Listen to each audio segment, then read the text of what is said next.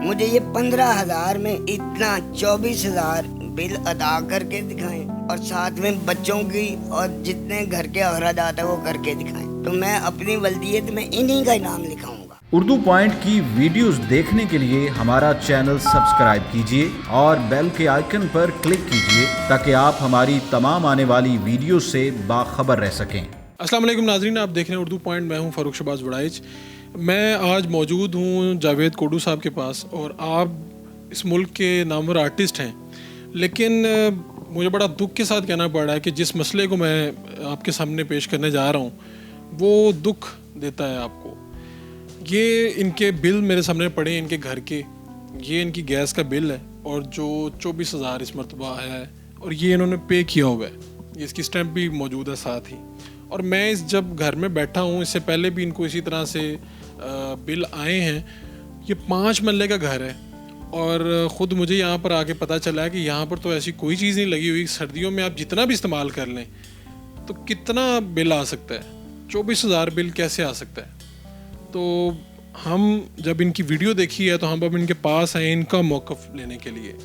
تو آپ کو یہ جب بل آیا ہے، میں نے دیکھا کہ آپ ویڈیو میں بہت ہی دکھی نظر آئے، اور آپ تو یہ تک کہہ رہے تھے کہ میں نے کوئی بد دعا نہیں دی، لیکن حکومت کو میں پھر بد دعا بھی دے رہا ہوں۔ میں نہیں کسی کو بھی مانتا، حکومت تو اللہ کی ہے اور نبوت سرکار رحمت للعالمین کی ہے۔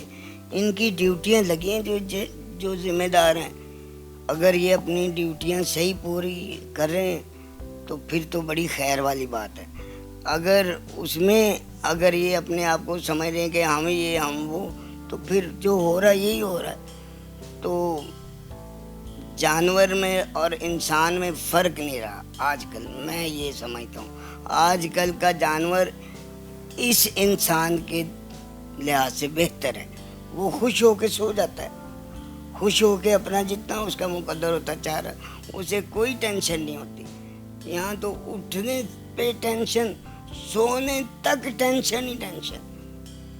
جب اتنا زیادہ بجلی کا بل آتا ہے، آپ سارا سرکل بھی گھر کا دیکھ رہے ہوتے ہیں، کیا بیتی کیا جب آپ کو پتہ چلا کہ اتنا بل؟ میں تو کیا کہوں، اور کچھ لوگ ایسے ہیں جن کا 15,000 روپے ٹوٹل مہینہ ہے، وہ اس میں بچے بھی پڑھاتے ہیں، گھر بھی چلاتے ہیں، بجلی کے بل اور یہ بھی بل دیتے ہیں۔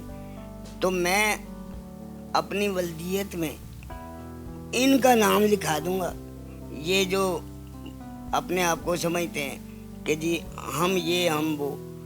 مجھے یہ 15,000 میں اتنا 24,000 بل ادا کر کے دکھائیں اور ساتھ میں بچوں کی اور جتنے گھر کے اخراجات ہیں وہ کر کے دکھائیں، تو میں اپنی ولدیت میں انہی کا نام لکھاؤں گا۔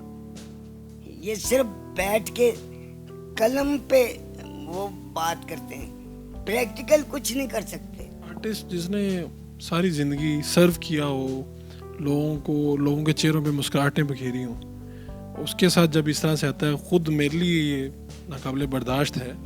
میں نے کبھی نہ اپنے آپ کو کم تر نہیں سمجھا۔ پاکستان کا نام ہمیشہ دنیا میں جہاں بھی گیا ہوں، اللہ کے اپنے آپ کو اللہ کے سامنے رکھا ہے۔ جس کے نام کے آگے نام رکھا جائے، جس کو دیکھ کے لوگ کہیں کہ یار، جیسے رنگیلا صاحب بڑے مشہور تھے، رائی صاحب بڑے مشہور، منور ظریف صاحب اور ننا صاحب، اور یہ بڑے جو لوگ ہیں، تم شکر اللہ کا میرا بھی انہی میں نام آتا ہے۔ اب جو بھی چھوٹی ہائٹ والا ہے اس کو کوڈو کہا جاتا ہے، وہ بھول کے پچھلے کیا نام تھے کیا نہیں، تو اب سب کو یہ کہا جاتا ہے۔ تو مجھے خوشی بھی ہوتی ہے، لیکن اس بات کا دکھ بھی ہوتا ہے کہ یار تم نہیں ہوتا۔ مجھے تو ویسے ہی 3 ٹیکس معاف ہیں، پراپرٹی ٹیکس، وہ ڈیوٹی وہ بھی معاف ہے، اور انکم ٹیکس بھی معاف ہے۔ تو یہ کون سا ٹیکس لگا رہے مجھے؟ یہ نئے آپ سیکٹریٹ جائیں تو آج سے کافی سال پہلے کی بات ہے، میں گیا ہوں سیکٹریٹ، میں نے کہا سر مجھے ٹیکس یہ، وہ کہہ رہے